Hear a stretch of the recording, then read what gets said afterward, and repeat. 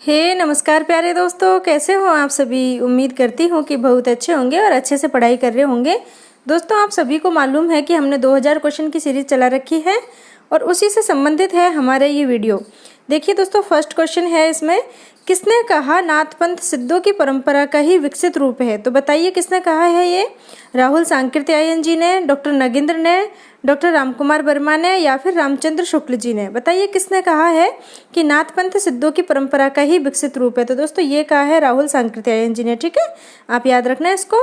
आचार्य रामचंद्र शुक्ल ने किस साहित्य में रसायन की सिद्धि मानी है। बताइए दोस्तों, आचार्य रामचंद्र शुक्ल जी ने किस साहित्य में रसायन की सिद्धि मानी है। सिद्ध साहित्य में, नाथ साहित्य में, जैन साहित्य में या फिर रासो साहित्य में। तो इसका सही उत्तर है नाथ साहित्य। ठीक है दोस्तों, नाथ साहित्य इसमें बिल्कुल सही उत्तर है हमारा। देखिए दोस्तों, यहाँ पे पूछा गया है कि कौन से सिद्ध विक्रमशिला विश्वविद्यालय के आचार्य थे। आपको बताना है कौन से सिद्ध है जो विक्रमशिला विश्वविद्यालय के आचार्य थे। तो बताइए दोस्तों, सरप्पा है, सबरपा है, कणप्पा है या फिर है लुइपा। तो इसका सही उत्तर है सबरपा। ठीक है दोस्तों, सबरपा बिल्कुल सही उत्तर है यहाँ पे हमारा।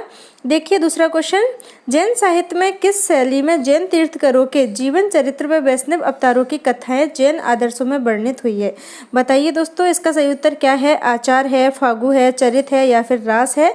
तो दोस्तों रास है इसका सही उत्तर। ठीक है, देखिए दोस्तों, यहाँ पे आपसे पूछा गया है कि आचार्य रामचंद्र शुक्ल ने किस रासो ग्रंथ को वीर गीत कहा है। ठीक है दोस्तों, वीर गीत कौन से रासो ग्रंथ को कहा है आचार्य रामचंद्र शुक्ल ने, वो बताना है। पृथ्वीराज रासो को, बीसलदेव रासो को, परमाल रासो को या फिर हम्मीर रासो को। तो दोस्तों इन्होंने कहा है बीसलदेव रासो को। ठीक है दोस्तों, आप याद रखना इसको, काफ़ी अच्छा क्वेश्चन है। किस कवि को कविराज चक्रवर्ती कहा गया है। बताइए दोस्तों, कौन से कवि है जिनको कविराज चक्रवर्ती कहा गया है। बताइए आप कौन से कवि है। बताइए हेमचंद्र है, शंभू है, पुष्पदंत है या फिर है सरहप्पा। तो दोस्तों इसका सही उत्तर है यहाँ पे शंभू। ठीक है, देखिए दोस्तों, यहाँ पे क्या पूछा गया है कि आचार्य रामचंद्र शुक्ल का इतिहास लेखन का दृष्टिकोण कौन सा है। तो दोस्तों आप सभी जानते हो इसको तो बहुत अच्छे से कि विधेयवादी दृष्टि से इन्होंने इतिहास लिखा। ठीक है, भविष्यत कहा के रचनाकार कौन है। बताइए दोस्तों, कौन है भविष्यत कहा के रचनाकार। आपको आना चाहिए ये क्वेश्चन अच्छे से, क्योंकि आपने कई बार पढ़ रखा है। बताइए यशपाल है, जोइंदू है, नाभादास है या फिर है धनपाल। तो दोस्तों इसका सही उत्तर है धनपाल। ठीक है, धनपाल का है भविष्यत कहा। पाहुड़ दोहा के रचनाकार कौन है, कल भी मैंने आपको बताया था अच्छे से, तो आप बता दीजिए कौन है। यशपाल है, राम सिंह है, नाभादास है या फिर जोइंदू है। तो दोस्तों इसका सही उत्तर है राम सिंह। ठीक है, राम सिंह का है पाहुड़ दोहा, आप अच्छे से जानते हो इसको। दोस्तों यहाँ पे आपसे पूछा गया है कि दर्शन सार के रचनाकार कौन है। आपको बताना है कि दर्शन सार जो रचना है इसके रचनाकार कौन है। बताइए राम सिंह है, देवसेन है, जोइंदू है या फिर है यशपाल। तो आप सभी जानते हो कि देवसेन की रचना है दर्शन सार। ठीक है दोस्तों, देखिए इस क्वेश्चन में क्या पूछा गया है, योग सार के रचनाकार कौन है। अब आपको बताना है कि योग सार के रचनाकार कौन है। ठीक है, तो बताइए कौन है। राम सिंह है, जोइंदू है, देवसेन है या धनपाल है। तो दोस्तों योग सार के जो रचनाकार है वो है जोइंदू। ठीक है दोस्तों, आप इसको याद रखना, काफ़ी अच्छा क्वेश्चन है ये। ठीक है, आचार्य हजारी प्रसाद द्विवेदी ने रासो शब्द की उत्पत्ति किससे मानी है। दोस्तों मैं आपको ना ये जब मैंने आदिकाल के क्वेश्चन करवाए थे ना, और जो डिटेल में करवाया उसमें तो करवाया ही, लेकिन क्वेश्चन में बहुत बार मिलान वाले में ये करवाया है कि कौन से आचार्य ने रासो शब्द की उत्पत्ति किससे मानी है। ठीक है, ये मैंने आपको बहुत ज़्यादा अच्छे से वहाँ पे करवाया। अगर आपने पढ़ा होगा तो आपको मालूम होगा ये। तो आप बताइए इसका सही उत्तर यहाँ पे क्या होगा। तो दोस्तों आचार्य हजारी प्रसाद द्विवेदी जी है, इन्होंने मानी है रासक से। ठीक है, तो आपको मालूम होगा कि रास से, रसायन से और रसिक से किसने माना है। और अगर आपको मालूम नहीं है ना, तो आप आदिकाल वाली वीडियो देखो जो मैंने मैराथन क्लास में ऐड कर रखी है प्लेलिस्ट में, उसको देखो तो आपको बहुत अच्छे से अंदाज़ा हो जाएगा कि ये किसने बताया है। ठीक है दोस्तों, तो इसका सही उत्तर है रासक। आचार्य हजारी प्रसाद द्विवेदी जी ने माना है रासक से। ठीक है, रासो शब्द की उत्पत्ति। राहुल सांकृत्यायन ने हम्मीर रासो का रचयिता किसे माना है। तो बताइए किसको माना है। सारंगधर को माना है, जज्जल को माना है, जोधराज को माना है या फिर जल्ल को माना है। तो बताइए दोस्तों क्या है इसका सही उत्तर। तो मैं आपको बता दूं कि इसका सही उत्तर है जज्जल। ठीक है दोस्तों, जज्जल को माना है इन्होंने हम्मीर रासो का रचयिता। किसने, राहुल सांकृत्यायन जी ने। ठीक है, खुमान रासो के रचयिता कौन है दोस्तों। बताइए कौन है खुमान रासो के रचयिता। आपने कितनी बार इसको पढ़ रखा है। तो बताइए नल सिंह है, दलपत विजय है, जगनिक है या फिर खुमान है। तो आप सभी कह रहे होंगे कि मैडम दलपति विजय है, तो बिल्कुल सही है इसका उत्तर।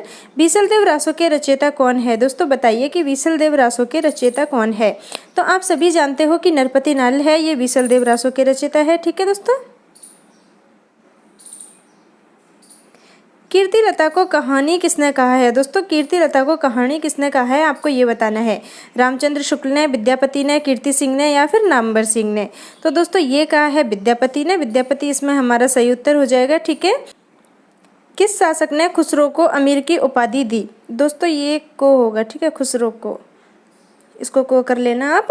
किस शासक ने खुसरो को अमीर की उपाधि दी आपको ये बताना है। तो बताइए कौन से शासक है? जलालुद्दीन है, कुतुबुद्दीन ऐबक है, अलाउद्दीन है या फिर बलबन है? आप इसको सही बताओगे ये मुझे पता है। तो आप कह रहे होंगे कि मैडम जलालुद्दीन इसमें बिल्कुल सही उत्तर है, तो आप सही बता रहे हो बिल्कुल। किसने कहा पृथ्वीराज प्रबंध में नहीं मुक्तक में लिखा गया है? तो बताइए दोस्तों किसने कहा है ये कि पृथ्वीराज रासो जो ग्रंथ है वो प्रबंध में नहीं मुक्तक में लिखा गया है?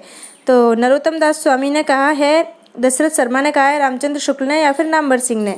तो इसका जो सही उत्तर है वो है नरोत्तम दास स्वामी। ठीक है दोस्तों, चलो आगे पढ़ते हैं। देखिए इस क्वेश्चन में क्या पूछा गया आपसे कि किस रचना के आधार पर डॉक्टर बुलर ने पृथ्वीराज रासो को अप्रमाणिक घोषित किया? तो बताइए दोस्तों कौन सी रचना को आधार बना करके डॉक्टर बुलर ने पृथ्वीराज रासो को अप्रमाणिक घोषित किया? भक्तमाल को, पृथ्वीराज विजय को, राम रासो को या जयचंद्र प्रकाश को? तो दोस्तों इसका सही उत्तर है पृथ्वीराज विजय। इस पृथ्वीराज विजय जो रचना है इसको आधार बना करके डॉक्टर बुलर ने पृथ्वीराज रासो जो ग्रंथ है उसको अप्रमाणिक घोषित किया। ठीक है दोस्तों, ये आपको मालूम हो गया। अब ये हमारा लास्ट क्वेश्चन है, इसको देख लेते हैं। देखिए इसमें क्या पूछा गया आपसे। परमाल रासो को 1865 ईस्वी में आल्हखंड नाम से किसने प्रकाशित कराया? दोस्तों मैंने आपको कम से कम 10-20 बार तो आपको बता दिया ये आदिकाल में कि वहाँ के जो तत्कालीन कलेक्टर थे, और कलेक्टर का नाम क्या है दोस्तों? Charles Elliott. इन्होंने इसको आल्हखंड के नाम से प्रकाशित करवाया था 1865 में। ठीक है, परमाल रासो को। और आलाउदल की इसमें कहानी है, इसलिए इसको आल्हखंड नाम दिया है क्योंकि आलाउदल इसके सामंत थे परमाल रासो के, ये परमाल जो राजा है इसके दरबार में। ठीक है दोस्तों, तो ये हमारा पार्ट यहाँ पे ख़त्म हो रहा है। हम नेक्स्ट पार्ट में मिलेंगे, तब तक आप अच्छे से पढ़ाई करते रहो। ठीक है दोस्तों, और ऐसा नहीं, देखिए दोस्तों मैं आपको एक बात बताती हूँ जो मैं खुद अनुभव करती हूँ, वो मैं आपको बताती हूँ। मैं क्या देखती हूँ कि कभी मुझे आप इस चैनल पर देखते हो, कभी उस चैनल पर देखते हो, कभी कहीं देखते हो, कभी कहीं देखते हो।